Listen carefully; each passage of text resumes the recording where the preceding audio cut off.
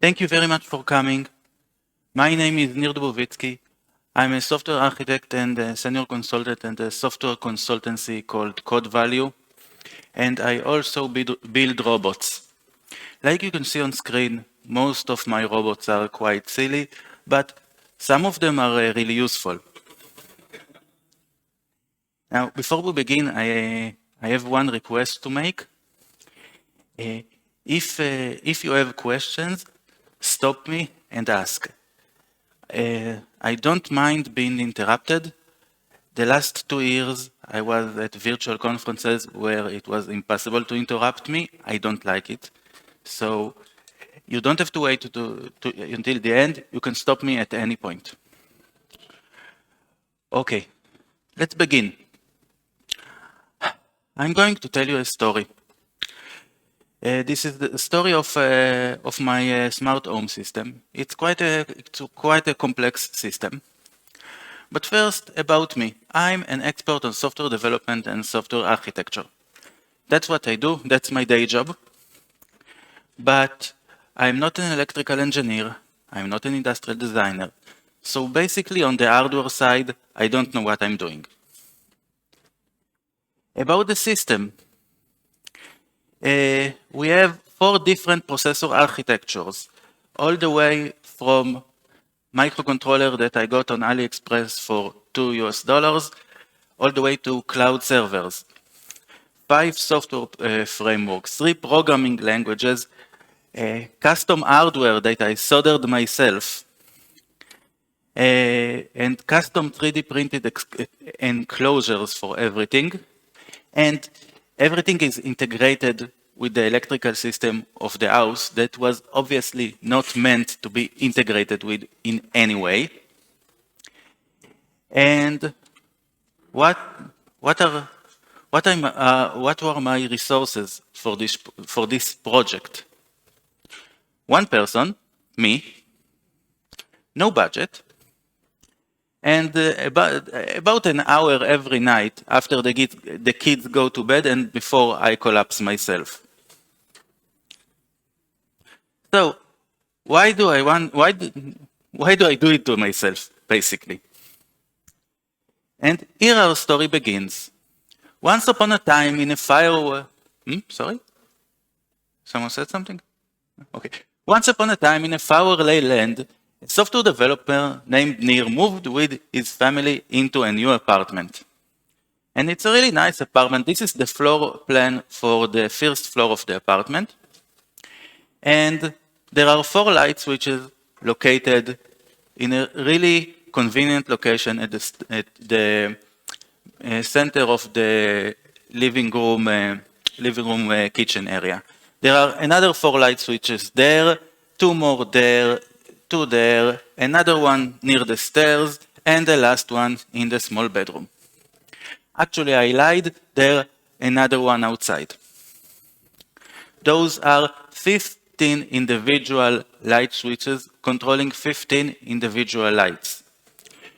For a really long time, whenever I wanted to turn a specific light on and off, I just circled the room, hitting switches at random, hoping to hit the correct one. In addition to the light, I have 3 air conditioners, a motorized window shed, an oven, a TV that I want to be able to turn off remotely because the children don't.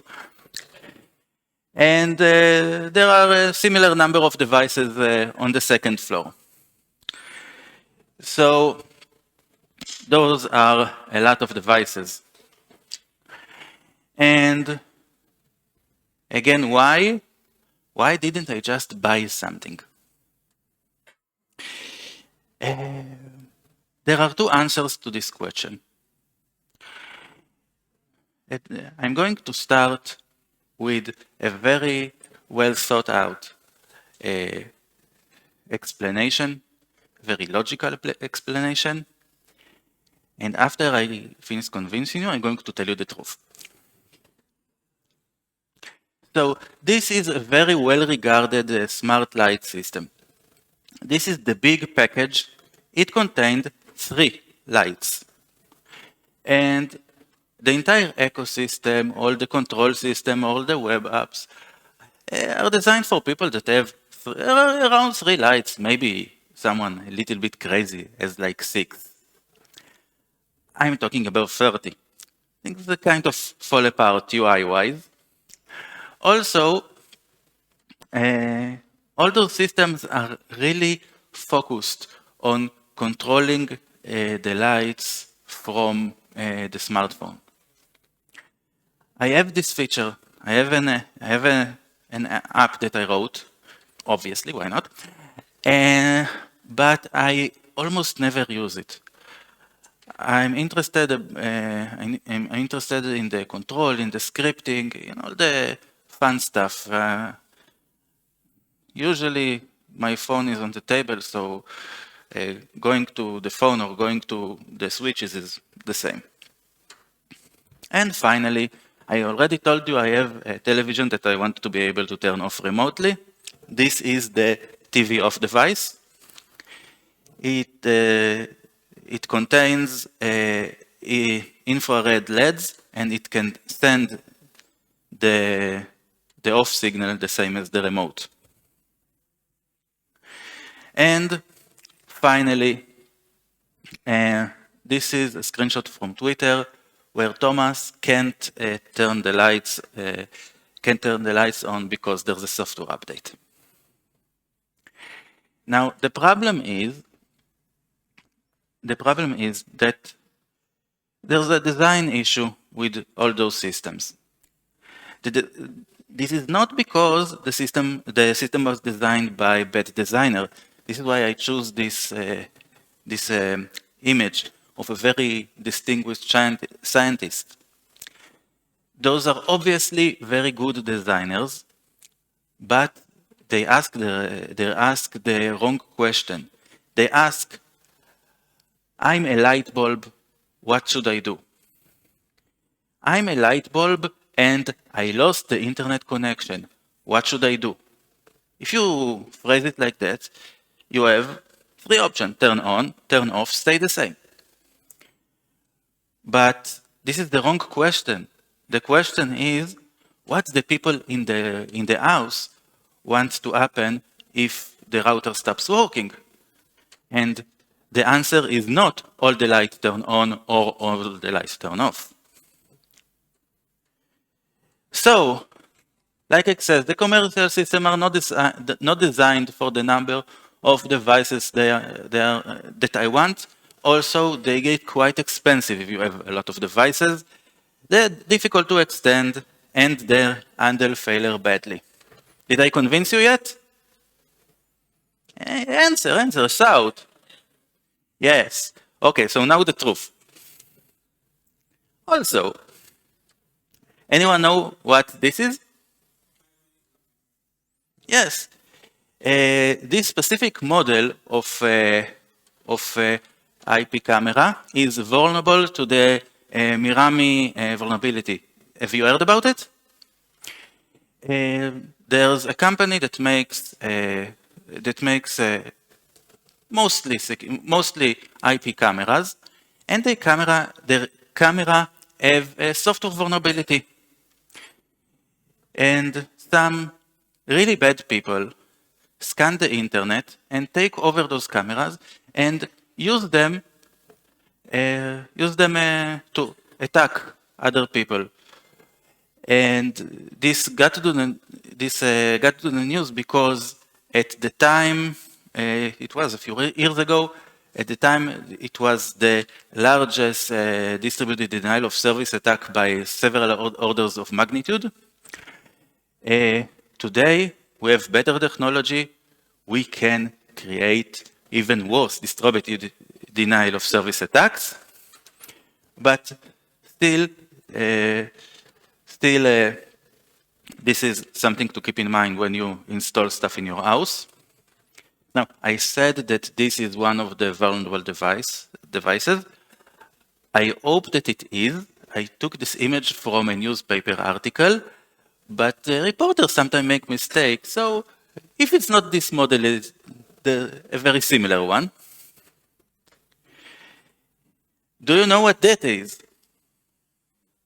Yes, it's an internet-connected pet feeder.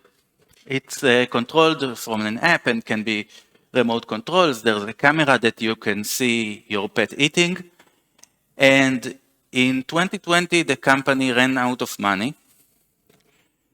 And there was an outage. There were several weeks that the service didn't work. During those weeks, they communicated, it's a technical issue, we're working on it, it's a technical issue, we're working on it, and then we ran out of money, we're closing the company. If you bought this very expensive pet feeder, it's useless. Without the service, there's no way to program it. Do you know what this is? This is a smart home hub from a company called Smart Labs or something like this. The product name is Instaon. This is a news story from a few weeks ago. It was a fairly popular system, very nice system, all the features you are looking for, very well designed system, and one day, without warning, everything that just stopped working. The servers are down. The website is still up to date, but the servers running the system are down. No one answering the email. No one answering phone calls. Reporters started looking for people that work in the company. Apparently, everyone no longer works there. The CEO, CTO, and all the higher level managers removed the company from their LinkedIn profile.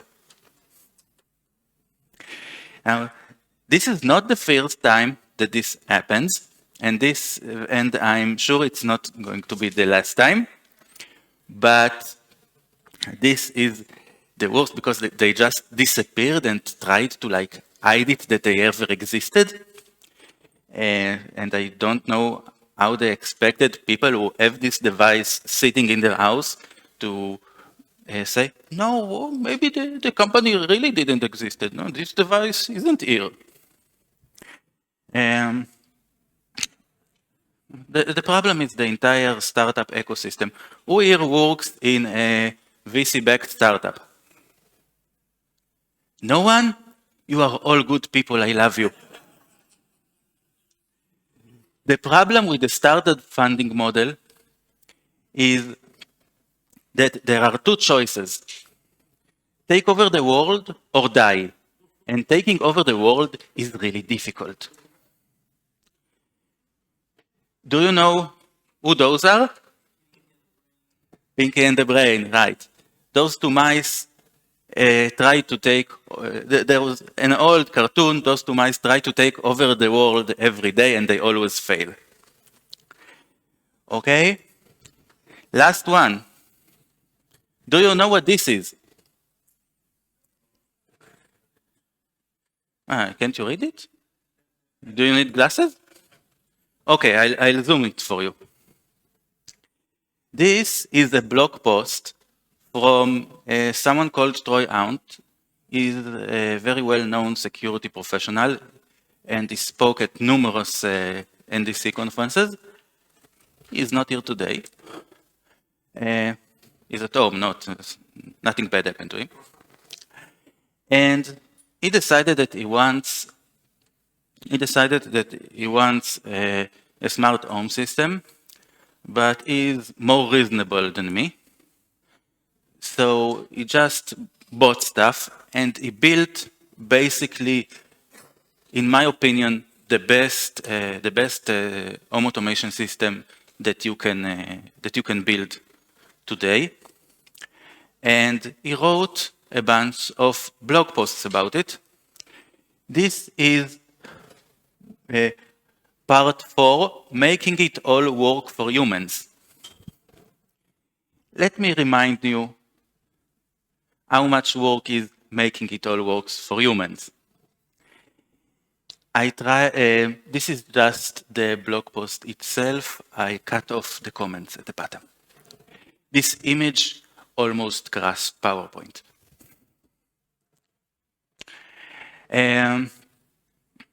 Okay, and even after all of this, if you follow him in Twitter, you'll know that the system fails like on a regular basis. And so the thing is that I just don't trust any of the vendors in this field. I work on IoT devices professionally, so I know those people. They can't be trusted. Now, tell me the truth. If you think about it, that, let's say, I'm guessing most of you own a car. Who here owns a car? Yes, almost everyone. And the car, Bruce Snyder, my favorite security professional, along with Roy Hunt, I don't want to insult anyone, like to say the modern car is a network of computers with 4 wheels and an engine. I'm going to tell you something terrifying. We are all software developers here, right? After all, it's a software developer conference. The people who programmed your car's transmission systems and your car's brake systems are just like you. Isn't it terrifying? This keeps me up at night. It also, every time I look out the window and the world isn't on fire, I'm surprised. So I don't trust those people. This is a really nice image because the word trust is written in the sand. It's very, very good metaphor. Now, like I told you, we moved into the apartment. The control system for the lights is basically unusable, and immediately I wanted to do something about it. But I didn't know how to build a smart home system. So I just kept circling the room, hitting switches at random, until several things happened by accident. But the first thing is that I started playing with the hardware. This is my first internet-connected device. Very pretty, right? Then I started building robots. And now the definition of robot is that it's supposed to detect the environment and respond. And by this definition, this is a real robot. It has sensors and it responds. It's not just shaped like a classical robot. And then I started 3D printing, and this really upgraded my robots. And then a Chinese company no one has heard of before released this chip. The chip is the thing over here. It's really tiny and it's really cheap, and it's a fairly capable microcontroller with built-in Wi-Fi. Those traces over here are the antenna. And they open up a lot of possibilities. Most cheap IoT devices you see on the market today, if you take them apart, you will find this chip inside. And like I said, this chip is tiny, and it's also really cheap. It used to cost $2 when I bought it. Those are pre-pandemic prices. Now it's more expensive. Also, they changed the packaging. This is the same chip, just without the nice RF shield. I prefer the older version for aesthetic reasons. I just think it's pretty. So this is the first serious connected device that I built. The cover is open, so you can see the inside. It's anyone want to guess what this device does? I had a really crappy Wi-Fi router that cost me a lot of money. And this device detects when the Wi-Fi is down and reboots the router.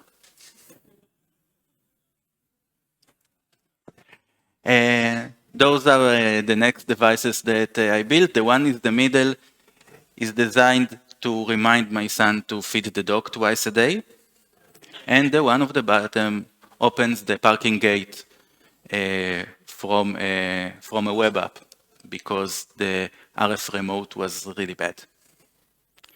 And so it actually took 6 whole years between when we moved and between when I started working on the system. It was another evening that I didn't find the right light switch, and I was like, "Ooh, I really want a smart home system. I know how to build one now." Now, before you build something, you have to have design guidance. You have to have design guidelines. It helps also to have an actual design, but before you even start, you need to know what you're building. You have to have some rules about what you are building. And the first 2 rules, they're actually the same thing. Don't hurt anyone and don't burn the house down. The next rule is that it should just work. And it should work like people in the house expect it to work, not on some technical definition like does what the specification says. And it has to work with the current infrastructure. I'm not going to break down walls to pass new cables. Now, this is how cheap IoT devices are designed. You have your smart light bulbs, you have an app, everything connects to the clouds. Pure joy, right? Yay! Thank you. The better systems, like the Philips one we saw earlier, have a local hub. So the system can also work if the internet is down. Now, this system does suffer from the I'm a light bulb and I don't have internet connection issue that we talked about before. So what I did is I moved the smarts from the light bulb to the light switches. And the light switches, being switches, you can interact with them if you don't have internet connection. I also added a smart screen controller, touch screen controller, and I got rid of the hub and went with a peer-to-peer architecture. And for the peer-to-peer architecture, this is actually called a bus architecture. It's very common in hardware. You have one physical cable that everything plugs into the same cable, and so everyone transmits and receives on the same cable, and every device can choose what messages are interesting and what messages to ignore. The most common bus is called CAN bus, and just about every vehicle in the world is based on it. And here I didn't insert new cables into the wall, so it has to work on Wi-Fi. And for the actual technology, I choose the most modern cutting-edge transmission technology you can find, UDP broadcasts. Yes, I'm old. So when you build a system, there are 4 things that are 100% guaranteed to happen. I have another talk only about this. I stole it from the other talk, but it's my talk, so I gave myself permission. Batteries will run out. Networks will be down, especially wireless home networks. servers will go down, and you will have bugs. Batteries will run out, so I don't use batteries. I use those power supplies. This is the part of the system that took me the longest to find, because cheap power supplies are really dangerous usually, and those actually build to reasonable safety standards. And I checked them. They're pretty good. This is my power supply testing setup. And after I checked them, I gave one to a friend of mine who is actually an electrical engineer, and he is qualified to test power supplies, and he said they are good. Now, I have to say that mains power is dangerous. If you're going to do something with electricity, be careful, and remember, mains power is dangerous. Mains power is dangerous in the same way that traffic is dangerous or that rock climbing is dangerous. You can do those things for years, and it only takes one mistake to really hurt you. Now, batteries and cell phone chargers are relatively inexpensive and are unlikely to kill you. So, Let you swallow them. Yes, I don't recommend swallowing them. Your home network will be unavailable. This is why everything has physical buttons that can control everything, like I talked about before. Servers will be down. By the way, the reason the icon for server will be down is server on fire, because something that really happened. A system that I developed was installed at an hospital's data center. And the database server, one afternoon, without warning, the database server caught fire. So I really hope this system doesn't have any fires ever. So for avoiding server will be down, there's the peer-to-peer architecture I talked about. There is a server, but this server is only used for a configuration and to relay between the local network and the cloud. So if the server is down, the app doesn't work, but everything else does work. And you will have bugs. So I add over-the-air update for all the devices from day one, because you don't want to take the switches apart to fix something. And a USB port as a backup. And the first few times that I presented this talk, I said that the USB port is just a backup and I never needed it. This is no longer true. Now, if you are doing something like this, there are all sorts of interesting electrical phenomena that can fry your motherboard when you're connected to something that's on another power supply, even if everything is okay and functioning correctly. So this is the reason I have this device. It has a USB connector on one side, USB connector on the other side, and some magnetic magic in the middle, so there's no electrical connection between the two sides, and this way it's safe to plug my laptop into the power switches. You can see it has the LED on it. Just a warning, this thing has 2 speeds. The switch here, let me select the switch. The speeds are slow and really, really slow. In the fast settings, it's just barely fast enough to re-upload the devices. So let's talk about software architecture for a minute.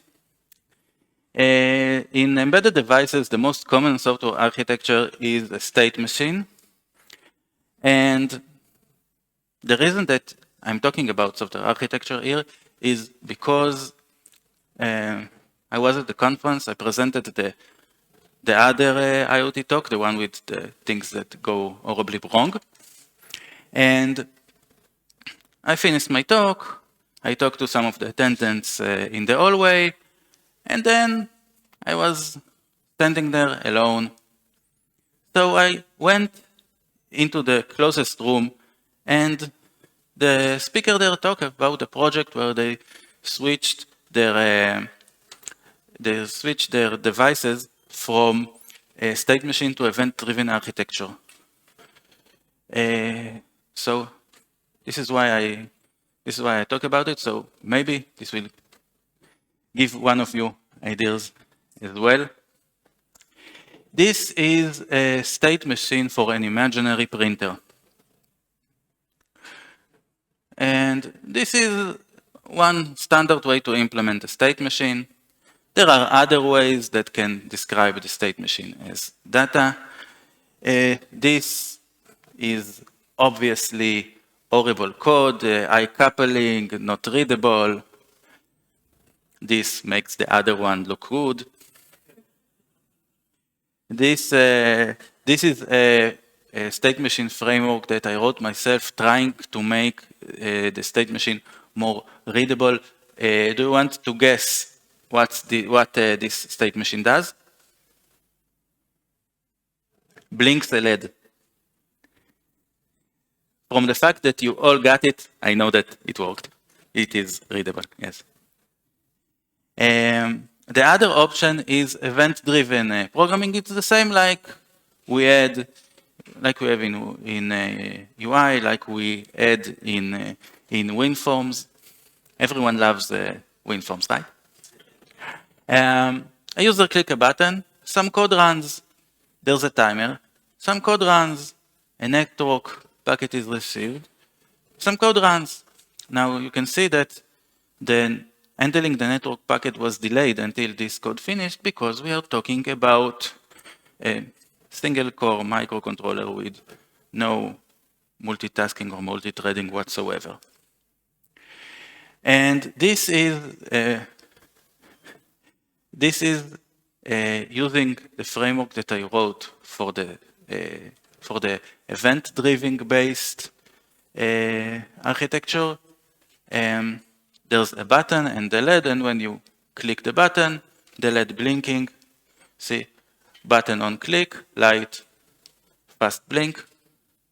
I quite like it.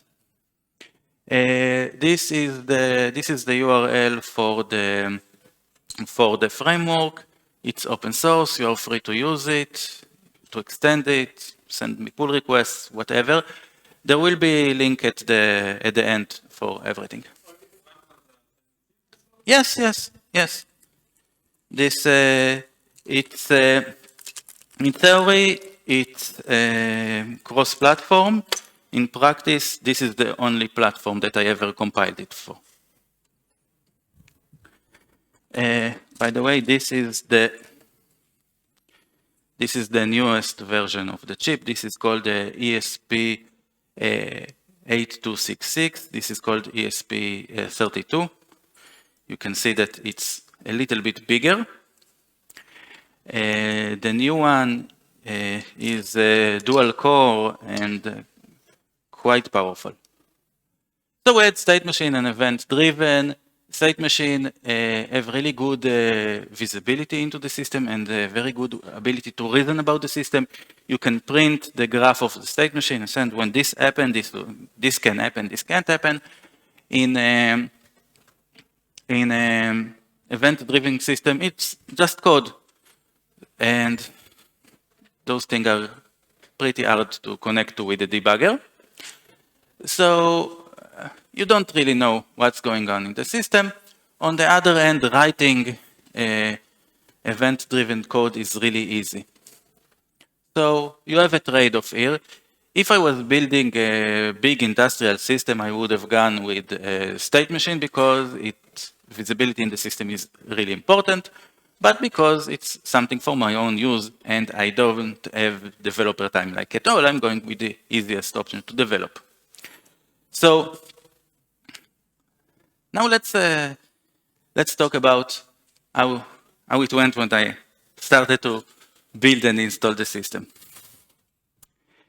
This is the This is the device that I used to debug the code.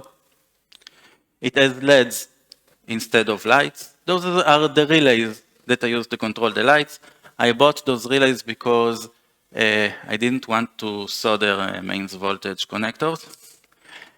And LEDs turn on when the signal is high, when there's voltage, and turn off when the voltage is zero. The relays turn on when the voltage is zero and off when the voltage is high. And I only discovered it like when 5 minutes before I started taking out the old switches. So I built this beautiful device. You can see my really horrible soldering skills. This was a while ago. I'm better at soldering now. Still horrible, but better than that. This is basically 3 NOT gates. They reverse the signal between 0 and 5 volts. So, this time, everything works laid out on the table. But when I go to put it into the wall, it doesn't fit. Now, I'm not that stupid. I measured the cap in the wall before I took out the switches, but I measured at a different light switch on the other side of the room, and apparently the other side of the room, the cap was like 1 centimeter deeper than on this side of the wall. So I redesigned some plastic parts, rebuilt all the connectors so they are smaller, and went to install it again. Who here thinks that I got it on the 3rd try? Thank you. You are a very smart man. Yes, it worked on the 3rd try. Then it was time to install the touch screen controller. This is the first version of the touch screen controller. All those empty boxes are for light switches that weren't installed yet.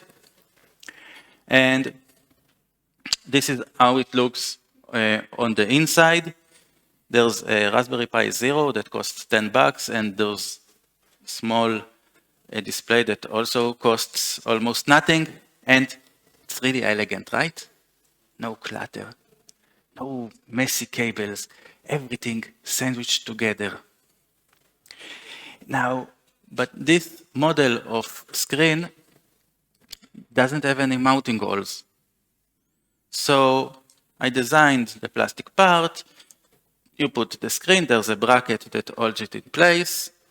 There are screws that connect the bracket, but I didn't take a photo of the screws because I believe you know how screws work. The Raspberry Pi connects there. Wonderful. Except the cheap touchscreens are resistive touchscreens. Resistive touchscreens measure actual force applied to the screen. And they can only detect one touch point because they measure the direction from the corners to the place where you apply force. If you apply more than 1 point, you get the average. And there are no mounting holes, so it was pressure fit, and there was pressure on the entire frame of the screen, so it always detected a touch at the middle of the screen. So I redesigned some plastic part, I loosened some screws. It was loose, it felt really badly assembled, but it worked for 1 week and then it stopped working. So I guess probably there there are those tiny traces here. You can barely see them. I probably damaged them. I had another screen because I ordered two. They are cheap. So I replaced the screen. I redesigned the plastic so nothing touches those traces. And it worked for 1 week. Then it stopped working. Okay, this is not going to work. So I bought this screen. No clutter, no cable, yeah. But those are really nice screens. It has mounting holes, it's a capacitive touchscreen, and it's a beautiful screen, good colors, good contrast, good response time. The chip screen, the redraw time is so low, everything is animated by default. Just see it appear on the screen. So this is what the touchscreen controller looks now. And you see this cooling grill on the outside. This is a fake cooling grill. The device doesn't require airflow. It generates basically no heat. It's also fake. It's not even really open to the inside. But I needed a place to hide all the cables. So resistive touchscreens are garbage, and the capacitive panels are really awesome. Those are pre-pandemic prices. I didn't check the current prices because I didn't want to know. This is the most expensive component of the entire system. Okay, the second switch installation. Who thinks that I got it right the first time? Ah, thank you, thank you. And those are all the components that went into the system. Those are all the plastic parts. This is everything laid out on the screen, and it was installed on the first try. And you are the best looking person in the room right now. So this is the floor plan from before. This is the area that is already controlled by the system. This is the area that the devices are ready to be installed, but I didn't install them yet at first because I was too busy flying to conferences. Then, because there was a pandemic and everyone was at home all the time, I didn't want to cut the power. Now, because I fly to conferences all the time. And now, this is a new section. People used to ask me for all the details of the devices. So I added this section. There's not much information because everything is generic AliExpress high quality parts.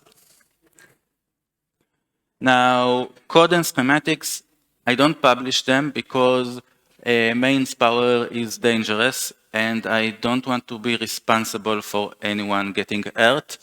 I know that this information is available from other sources. I just don't want anything on my conscience. And the part list. This is the home server. It's an old Raspberry Pi that I had lying around with an old power adapter that I found in a drawer somewhere and a step-down converter because the old power adapter was the wrong voltage, and this really lovely 3D printed case. The touch screen controller. There's the Raspberry Pi Zero, the touch screen, and all sorts of adapters to connect everything. And there's a buzzer because obviously there's an alarm clock feature, and a switch for a reset, and a 3D printed case. The switches themselves, the microcontroller, the power supply we talked about, and all sorts of generic AliExpress electrical components and 3D printed case. Those lists and the files for all the printed case are on the website. There will be a link in a few slides. Okay, takeaways. One, don't be afraid to do things you are not qualified to do. Without hurting anyone and without burning down anything. This is not legal advice. If you do something that is illegal in your country, I didn't tell you to do it. There will be problems, there will be failures. There were like 2 stupid problems that I talked about. Obviously, there were a lot of other problems along the way, that just we don't have time. If you don't feel like everything is doomed every once in a while, you are not trying hard enough. You need good engineering practices and good DevOps. When you're working with a big team, you have spare capacity to handle errors and stuff. When you're working alone on your free times, everything has to work the first time. You don't have the time to mess around with stuff. This is why you need those practices. I always like to say, I don't have the time to not fix compiler warnings. The less time you have, the more you need your best practices and DevOps. And plan for failure. Make things that fail safe. Make things that when they fail, they don't interrupt the user more than they have to. And make things that can be updated and fixed. Remember the IP cameras from before? They can't be updated. So there's no way to fix them. You take one of these cameras, connect it to the internet, in less than 1 minute, it's part of the botnet. And there's no way to install software updates on the device, so your only option is to take the damn thing and throw it out the window. And design for humans, not for light bulbs. This is a shop where I sell all my silly robots. Obviously, if you enjoyed the talk, you should go them right now and order as much as you can. And that's it. This is the link to all the parts. nirrobotics.com. This is my website. The shop is also there. This is my email address and my Twitter handle. Feel free to contact me.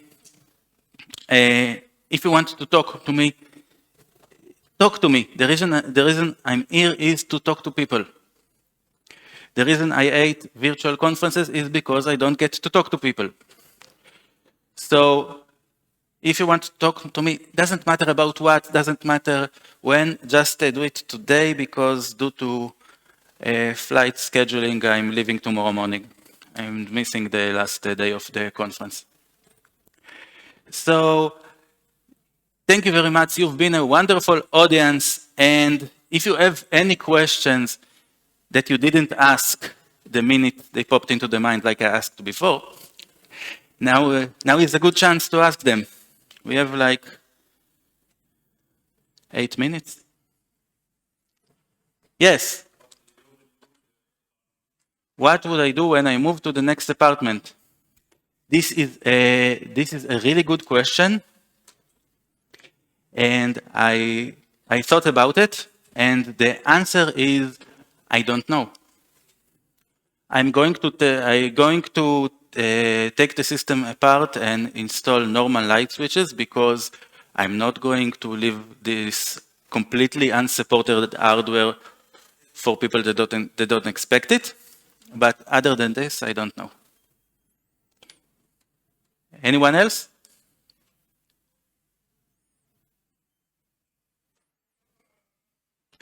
Okay, thank you very much.